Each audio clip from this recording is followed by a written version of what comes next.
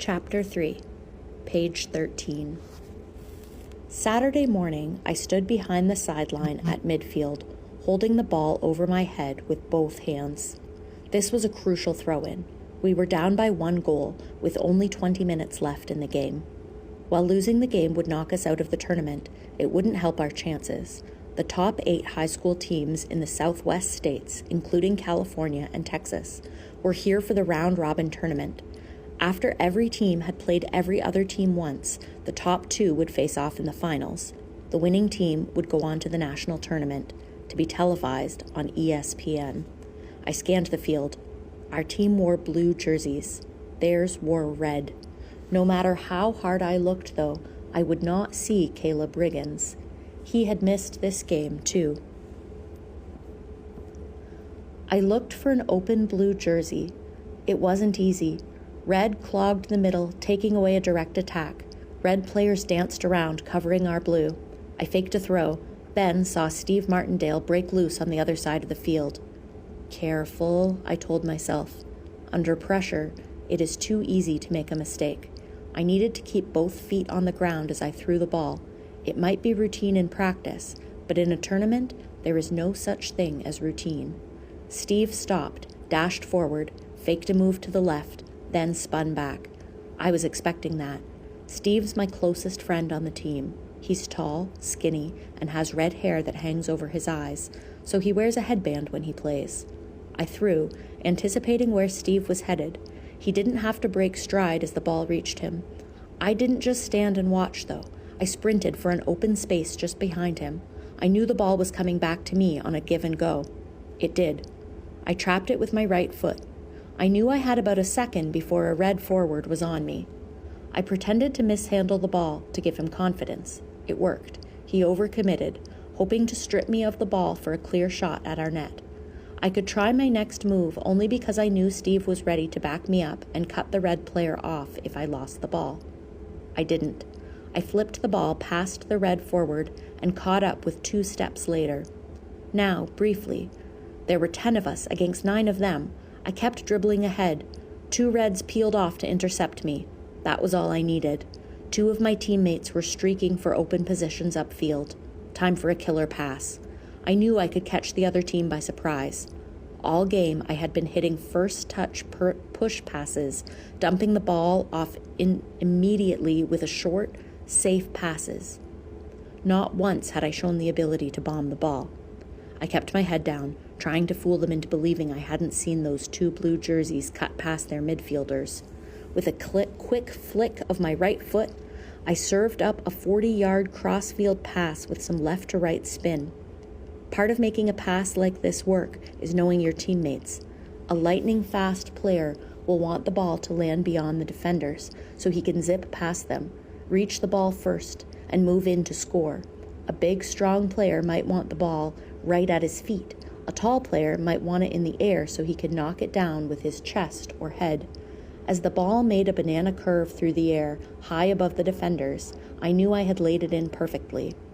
Johnny Rivers, coming in from the right, was a small player, tremendously quick, and he liked getting his passes ahead of him. At this moment, he had the advantage of a full sprint. The ball bounced into an open area just over their sweeper's shoulder. He tried to turn and stay with Johnny, but didn't have a chance. Because the red defender had been between Johnny and the goalie as I passed, Johnny was onside when he reached the ball, and there were only 20 steps between him and the goalie and the net. Johnny, still in full sprint, pushed the ball ahead slightly. He leaned into his kick and beat the goalie clean, and hit the goal post on the left side. The ball bounced harmlessly out of play. Our hometown crowd groaned. A clear breakaway, goalie out of position, and no goal. Caleb Riggins would never have missed a chance like that. It turned out to be the best shot we had at tying the game. After that, nothing even came close. We played out the final minutes, pressing hard, and they still beat us 3-2. We badly needed Caleb Riggins' genius scoring touch. But where was he? Why had he missed 2 games? Why wasn't anyone answering the phone at his house? Coach had tried calling before and after the game with no luck. So, with a 4-hour break before our next game, I decided to go to Caleb's house myself. That would have been okay. Except for the dogs. Maverick Mania, Chapter 4, page 18. Steve agreed to go with me. He borrowed his mom's minivan. You might hate to be seen in one, but it's better than walking. And we took off right after the game. He drove us up McCullough Avenue, which winds up through the city, across and back down again. The street was named for McCullough, as the chainsaws, and an industrialist who once flew over the lake and thought it might be a good place to test outboard motors. He set up a mobile home park for the workers, and later decided it was a good place to live. He bought 1,600 acres of desert land on the slopes of the Mojave Mountains overlooking the lake and built a city in the desert. Lake Havasu City grew from 0 people to 30,000 in hardly any time. What most people might know about Lake Havasu City is that the London Bridge was moved here from England. The London Bridge. It was taken apart brick by brick on one side of the ocean and put back together here in Lake Havasu City, where it spans a river channel. I can't believe Caleb missed 2 games, Steve said, as he concentrated on the road. Without even telling anyone, I added. Soccer is his whole life, and he knows how much we need him. No kidding, Steve said. The Riverside Mudcats were useless this morning. We should have kicked them so bad. Tournament's not over yet, I said. Maybe not, Steve answered, but it will be soon if we don't get Caleb back. We stopped in front of the house, number 55 on Desert Quail Drive, set at the end of the road. Like most of the houses around, it was built in a Southwest abode style and painted white to reflect the heat. And like most of the surrounding houses, the front yard wasn't grass, but gravel, dotted with desert bushes and a tall cactus in the summer. Lake Havasu City bakes at more than 100 degrees. Grass takes too much water. It was a big house. A pontoon boat on a trailer filled one side of the driveway. The boat was big, a flat deck on 2 cigar-shaped pontoons, with a little cabin on the front to provide shade and a large outboard at the back. It even had a rubber dinghy on the back part of the deck. Caleb's mom's car, a black Volvo, was parked beside the pontoon boat. His dad's truck, a black Blazer, was behind the Volvo. This was a family with money. Caleb's dad ran a couple of businesses. He did not shave his head and wear Scottish kilts. Check the mailbox, I told Steve as we got out of the minivan. At 11 o'clock, the morning was already getting hot, and because I was still in my soccer uniform, the sun felt good on my bare legs. Mailbox? Steve asked. If they've been away for a couple of days, there should be plenty of mail in it. None, he said a second later. Strange, I said. And both the cars are here. I wonder why no one's answered the phone. We walked up the driveway. No one answered the front door either.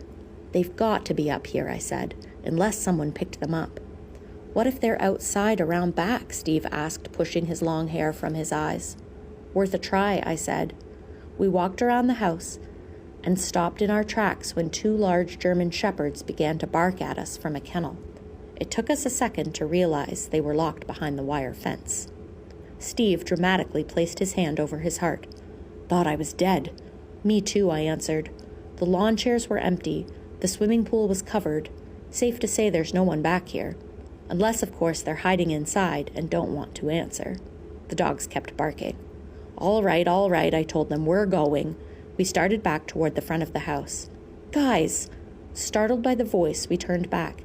Caleb? I answered, looking around. Right above you. We looked up and saw Caleb at his bedroom window. What's the matter? I asked. Coach has been trying like crazy to get you on the phone. We need you big time. Yeah, Steve said. It's a different game without you on the field. Win last night? Caleb asked. He had opened his window and was leaning out, wearing our team tracksuit. Caleb was medium height with blonde hair. There was a gap between his front teeth, and his eyebrows always seemed arched, like he was asking a question. No, Steve said. Tied, and we lost this morning.